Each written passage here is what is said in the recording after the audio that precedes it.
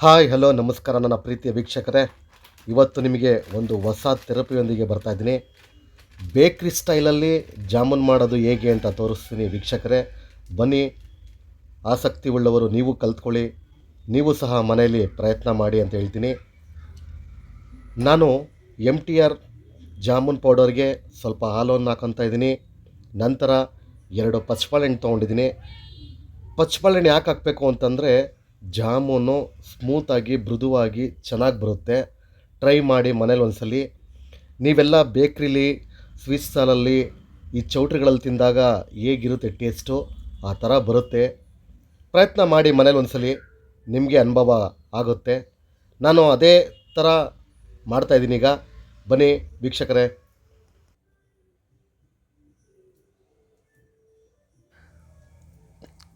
ಹಿಟ್ಟನ್ನು ಚೆನ್ನಾಗಿ ಬಾಳೆಹಣ್ಣೊಂದಿಗೆ ಕಿವುಚಿ ಚೆನ್ನಾಗಿ ಮೃದುವಾಗಿ ಹಿಟ್ಟನ್ನು ಕಲಸಿ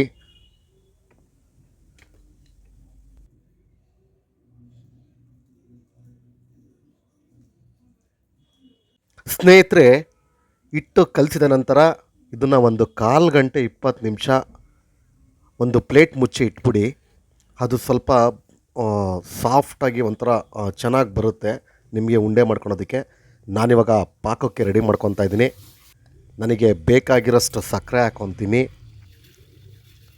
ನಾನು ಇಲ್ಲೊಂದು 2ರಿಂದ 3 ಕಪ್ಪು ಸಕ್ಕರೆ ಹಾಕ್ತಾಯಿದ್ದೀನಿ.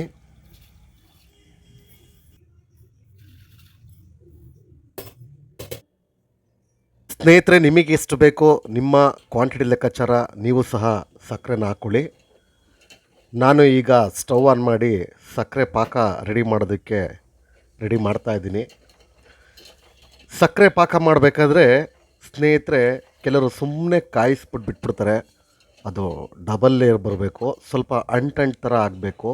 ಪಾಕ ಚೆನ್ನಾಗಿ ಬಂದರೆ ಜಾಮೂನಿಗೆ ಚೆನ್ನಾಗಿರುತ್ತೆ, ಟೇಸ್ಟಾಗಿ ಸ್ವೀಟ್ ಹೀರ್ಕೊಳ್ಳುತ್ತೆ. ನೀವು ಸಹ ಡಬಲ್ ಲೇಯರ್ ಥರನೇ ಪಾಕನ ಮಾಡೋದನ್ನ ಮಾಡಿ.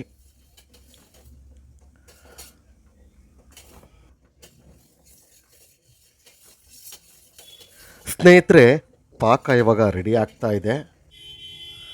ಸೊ ನಾನು ನಂತರ ಬಾಣಲಿಗೆ ಎಣ್ಣೆ ಹಾಕ್ಕೊಂಡಿದ್ದೀನಿ. ಆಲ್ರೆಡಿ ಉಂಡೆನ ಮಾಡ್ಕೊತಾ ಇದ್ದೀನಿ, ಜಾಮೂನು ಉಂಡೆನ. ಸೊ ಒಂದು ಮೀಡಿಯಮ್ ಇಂಚಲ್ಲಿ ಮಾಡ್ಕೊಳ್ಳಿ, ಒಂದು ಅರ್ಧ ಇಂಚು. ಅದನ್ನು ಮಾಡಿದ್ರೆ 1 ಇಂಚ್ ಮೇಲೆ ಬರುತ್ತೆ ಜಾಮೂನು. ಆ್ಯಕ್ಚುಲಿ ಅದು ಮತ್ತೆ ಪಾಕ ಇಲ್ಲದಾಗಿ ಸ್ವಲ್ಪ ಉಬ್ಬುತ್ತೆ ಹಿಟ್ಟು. ಆ್ಯಕ್ಚುಲಿ ನೋಡಿ, ಜಾಮೂನು ಹಿಟ್ಟು ಹೇಗೆ ನೀಟಾಗಿ ಬಂದಿದೆ. ಕೆಲವರು ಸಖತ್ತು ನೀರು ಹಾಕ್ತಾರೆ, ಇಲ್ಲ ಹಾಲು ಹಾಕ್ತಾರೆ, ವೆರೈಟಿಯಾಗಿ ಮಾಡ್ತಾರೆ. ಬಟ್ ನಾನು ಸ್ವಲ್ಪ ಹಾಲು ಹಾಕಿದ್ದೀನಿ ಅಷ್ಟೇ, ಒಂದು ಅರ್ಧ ಗ್ಲಾಸಷ್ಟು ಹಾಲು ಹಾಕಿದ್ದೀನಿ. ನೋಡಿ ಎಷ್ಟು ನೀಟಾಗಿ ಬಂದಿದೆ ಉಂಡೆ ಮಾಡೋದಕ್ಕೆ. ಒಂದು ಚೂರು ಸಹ ನನ್ನ ಕೈಯಲ್ಲಿ ಅಂಟ್ತಾ ಇಲ್ಲ. ಇದೇ ಥರ ಮಾಡಿ. ನಾನು ಇದಕ್ಕೆ ಬಾಳೆಹಣ್ಣೆಲ್ಲ ಹಾಕಿದ್ದೀನಿ, ಅಷ್ಟು ನೀಟಾಗಿ ಬರುತ್ತೆ. ನೀವು ಸಹ ಮನೇಲಿ ಒಂದ್ಸಲಿ ಟ್ರೈ ಮಾಡಿ ಅಂತ ಹೇಳ್ತೀನಿ ವೀಕ್ಷಕರೇ. ಸೊ ಎಣ್ಣೆ ಕಾದಿದೆ. ನಾನೀಗ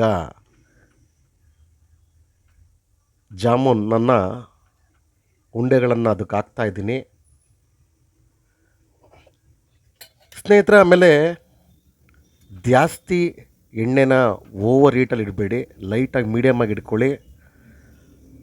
ಕೆಲವರು ಒತ್ತಿಸ್ಬಿಡ್ತಾರೆ, ಲೈಟ್ ಬ್ರೌನ್ ಬರಲಿ ಸಾಕು. ಒತ್ತಿಸಿದ್ರೆ ತಿನ್ನೋದಕ್ಕೆ ಚೆನ್ನಾಗಿರೋದಿಲ್ಲ. ಲೈಟಾಗಿ ಸ್ವಲ್ಪ ಬ್ರೌನ್ ಕಲರ್ ಬಂದರೆ ಸಾಕು. ಜಾಮೂನು ಒಳಗಡೆ ಇಟ್ಬೇಕಷ್ಟೆ.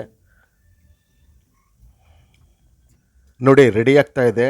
ಬ್ರೌನ್ ಕಲರ್ ಬರ್ತಾ ಇದೆ. ಸಾಕಿದಿಷ್ಟು.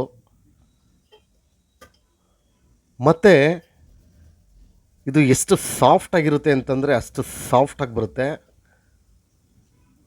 ನಾವು ಹಿಂಗೆ ಮುರಿದ್ರೆ ಅಷ್ಟು ಟೇಸ್ಟ್, ಅಷ್ಟು ಸ್ಮೂತಾಗಿ ಮೃದುವಾಗಿ ಚೆನ್ನಾಗಿ ಬರುತ್ತೆ. ಸ್ನೇಹಿತರೆ, ಟ್ರೈ ಮಾಡಿ ಮನೇಲಿ. ಫುಲ್ ವಿಡಿಯೋ ನೋಡಿ. ನನ್ನ ಚಾನಲ್ನಿಗೆ ಸಬ್ಸ್ಕ್ರೈಬ್ ಆಗಿ. ನಂದು ಯೂಟ್ಯೂಬ್ ಚಾನಲ್ ಬೇರೆ ಇದೆ.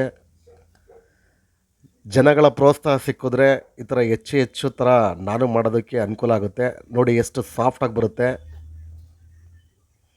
ಇದನ್ನು ವಿಡಿಯೋ ನೋಡೋದಕ್ಕಿಂತ ನೀವು ಮನೇಲಿ ಟ್ರೈ ಮಾಡಿದ್ರೇ ನಿಮಗೆ ಅನುಭವ ಆಗೋದು. ನೋಡಿ ಸ್ನೇಹಿತರೆ, ಜಾಮೂನೆಲ್ಲ ಕರ್ಕೊಂಡು ರೆಡಿ ಮಾಡ್ಕೊಂಡಿದ್ದೀನಿ. ಈಗ ಪಾಕದಲ್ಲಿ ಹಾಕ್ತಾಯಿದ್ದೀನಿ. ಜಾಮೂನು ರೆಡಿ ಆಗ್ತಾ ಇದೆ. ನನಗೆ ಗೊತ್ತು ನಿಮಗೆಲ್ಲ ಬಾಯಲ್ಲಿ ನೀರು ಬರ್ತಾಯಿದೆ ಅಂತ. ಸೊ ಏನು ಮಾಡೋಣ, ಬನ್ನಿ ನಮ್ಮ ಮನೆಗೆ ಖಂಡಿತ ಕೊಡ್ತೀನಿ. ನೋಡಿ, ಜಾಮೂನಲ್ಲೇ ಪಾಕಕ್ಕೆ ಹಾಕಿದ್ದೀನಿ. ಜಾಮೂನು ರೆಡಿ ಆಗಿದೆ. ಇದನ್ನು ಮಾಡೋದಕ್ಕೆ ಒಂದು ಮುಕ್ಕಾಲು 1 ಅವರ್ ಅಂದ್ಕೊಳ್ಳಿ. 1 ಅವರ್ ಬೇಕಾಗುತ್ತೆ ಜಾಮೂನ್ ಮಾಡೋದಕ್ಕೆ. 1 ಅವರಲ್ಲಿ ನಾವು ಈ ಥರ ಒಳ್ಳೆ ಬೇಕ್ರಿ ಸ್ಟೈಲಲ್ಲಿ ಸಾಲಿಡಾಗಿ ಚೆನ್ನಾಗಿ ಇಂಥ ಜಾಮೂನ್ನ ತಯಾರು ಮಾಡ್ಬೋದು ಸ್ನೇಹಿತರೆ. ಸೊ ನಿಮಗೆಲ್ಲ ಬಾಯಲ್ಲಿ ನೀರು ಬರ್ತಾಯಿದೆ. ಯಾರ್ಯಾರು ನನ್ನದು ವೀಡಿಯೋ ಎಲ್ಲ ನೋಡ್ತಾ ಇದ್ದೀರಾ ಅವ್ರಿಗೆಲ್ಲ ಇಲ್ಲಿಂದನೇ ನಾನು ಪಾರ್ಸಲ್ ಮಾಡ್ತೀನಿ. ಥ್ಯಾಂಕ್ ಯು ನನ್ನ ಪ್ರೀತಿಯ ವೀಕ್ಷಕರೇ. ನಿಮಗೆಲ್ಲ